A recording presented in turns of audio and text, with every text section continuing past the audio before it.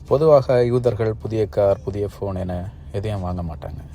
புதுசு என்பது ஒரு ஏமாற்று வேலைன்னு சொல்லுவாங்க. மற்றவர்கள் வருஷம் புதிய ஃபோன்களை வாங்குவார்கள். ஆனால் நாங்கள் 5 வருஷத்துக்கு ஒரே ஃபோனை தான் யூஸ் பண்ணுவோம். ஷோரூம்லேருந்து திரும்பியவுடன் மதிப்பு குறையும் புதிய கார்களை நீங்கள் வாங்குவீங்க. ஆனால் நாங்கள் 3 வருஷம் பழமையான ஆனால் பாதி விலையில் கிடைக்கும் காரை வாங்குவோம். எப்போதும் புதியதையே தேடி போகிறீர்கள். நாங்கள் எது நன்றாக செயல்படுமோ அதைத்தான் தேர்ந்தெடுக்கிறோம். இதனால் தான் நீங்கள் எப்பவும் பணம் இல்லாமலும் புதியவற்றுக்கு மாறிக்கொண்டே இருக்கிறீர்கள். புதுசுங்கிறது வெறும் விளம்பரம்தான்.